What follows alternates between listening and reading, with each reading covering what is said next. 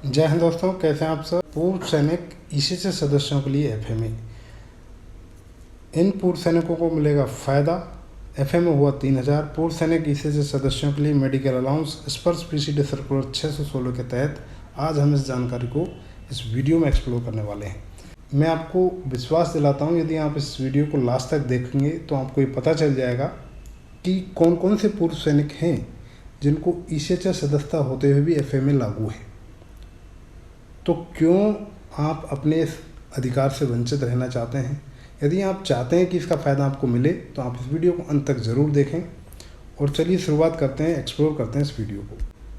कैसे मिला है, कब दिया है, पहले ये लेटर देख लीजिए। कार्यालय रक्षा लेखा प्रधान नियंत्रक पेंशन विभाग द्वारा 31/1/2019 को ये लेटर निकाला था, जिसको सर्कुलर 616 बोलते हैं। किसी को पता है, किसी को पता नहीं है। जिनको पता नहीं है उन्होंने ये जानने की कोशिश नहीं करी, जिनको पता है उन्होंने किसी को बताया नहीं। ऐसे बहुत सारे मुद्दे हैं, ऐसे बहुत सारी चीज़ें हैं। तो उन चीज़ों को आप छोड़िए और फिलहाल वीडियो पर फोकस कीजिए।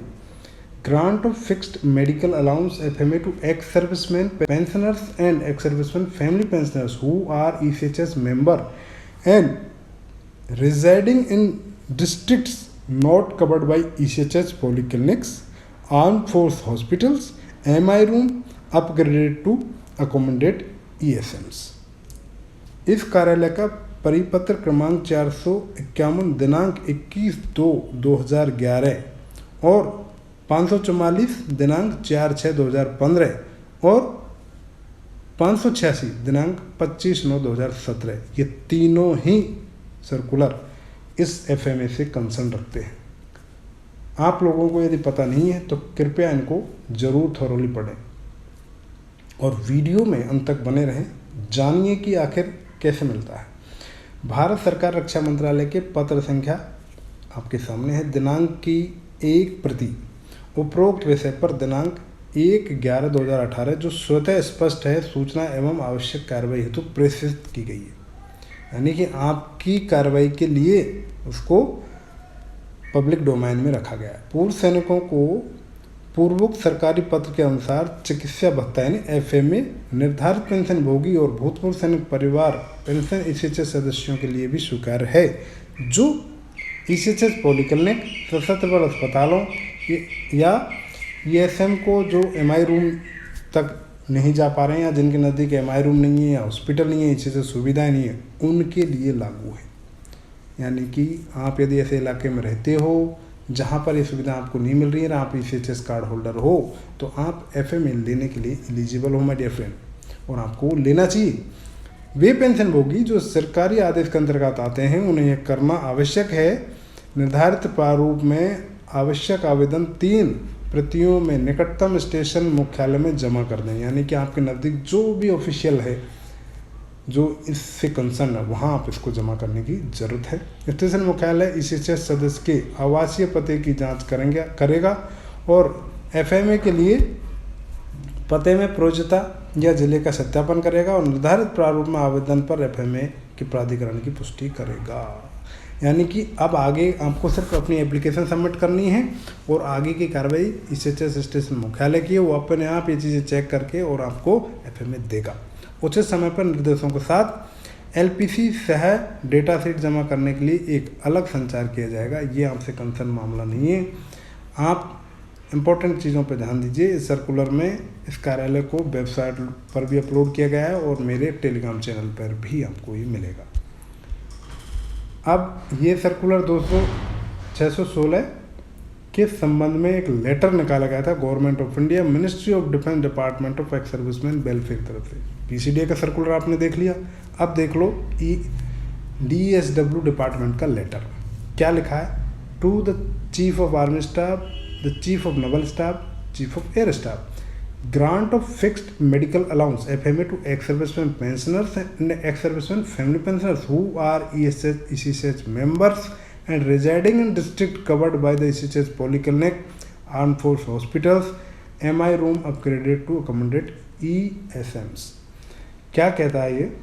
ECHS चुनने वाले यानी कि जिनके पास ECHS है, ECHS के जो सदस्य हैं, पूर्व सैनिकों और पूर्व सैनिक परिवार फैमिली पेंशनर जो हैं उनको भी, उन पेंशन भोगियों को निश्चित चिकित्सा भत्ता यानी एफएमए का अनुदान यानी एफएमए देने के बारे में ईसीएचएस द्वारा, जो कि ऐसी जगह पे रहते हैं, उन जिलों में रहते हैं जो ईसीएचएस द्वारा कवर नहीं किए गए हैं, जहाँ पर ईसीएचएस की सुविधा नहीं है, जहाँ पॉलीक्लिनिक अस्पताल नहीं है, जहाँ ईसीएचएस नहीं है, एमआई रूम नहीं है, एमएच नहीं है, उन जगहों पर रहने वाले उन एक्स सर्विसमैन को, उन एक्स सर्विसमैन की फैमिलीज़ को जो फैमिली पेंशनर हैं, उनको ये सुविधा देने का यहाँ पर प्रावधान किया है।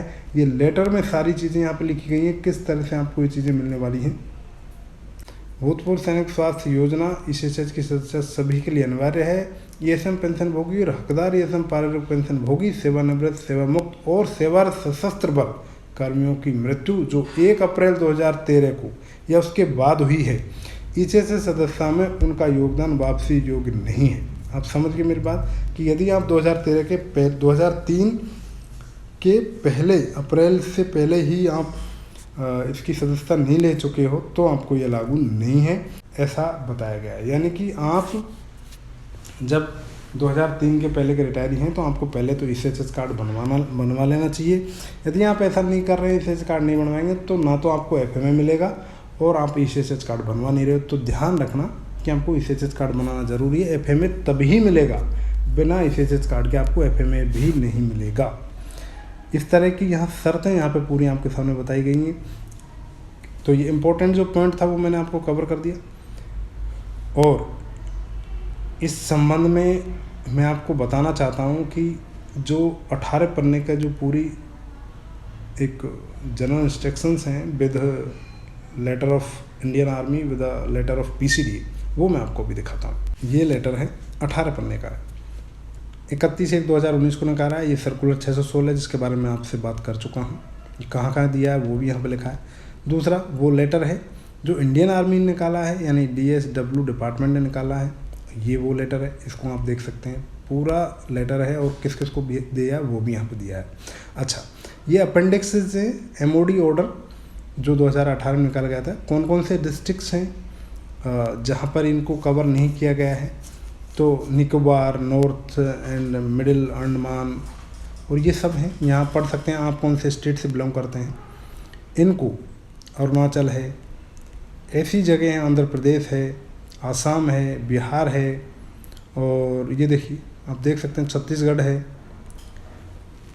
दादरा एंड नागर हवेली है, दमन दीप है, दिल्ली है, दिल्ली भी है इसमें, नॉर्थ वेस्ट दिल्ली है ना, गुजरात है। हर स्टेट का यहाँ पर दिया है। हर स्टेट में कौन कौन से डिस्ट्रिक्ट हैं जो इसमें कवर नहीं हो रहे हैं वो सब यहाँ पर दिए गए हैं।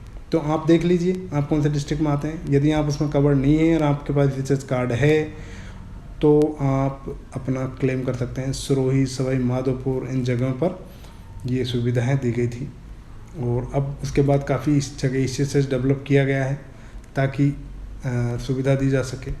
तो ये एक इम्पोर्टेंट जानकारी थी। मैं आपको वीडियो कंक्लूड कर दूं कि आप यदि ईसीएचएस मेंबर हैं और जहां पर आप रहते हैं वहां पर आपको ईसीएचएस की सुविधा नहीं मिल रही है, पॉलीक्लिनिक हॉस्पिटल की सुविधा नहीं मिल रही है, एमआई रूम की सुविधा नहीं मिल रही है, एमएच की सुविधा नहीं मिल रही है, तो आप ईसीएचएस कार्ड होल्डर होते हुए, ईसीएचएस कार्ड होल्डर होना ज़रूरी है और उसके होते हुए आपको एफएमए मिलेगा।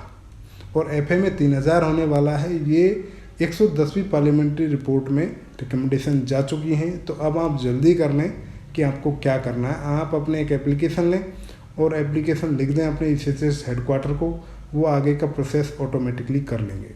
तो ये एक इम्पोर्टेंट बहुत ही इम्पोर्टेंट जानकारी आप सबके लिए थी। आई होप कि आपको वीडियो पसंद आया होगा और आप मुझे फॉलो कर सकते हैं, सब्सक्राइब कर सकते हैं। That's all from this video. जय हिंद फॉर द नेक्स्ट।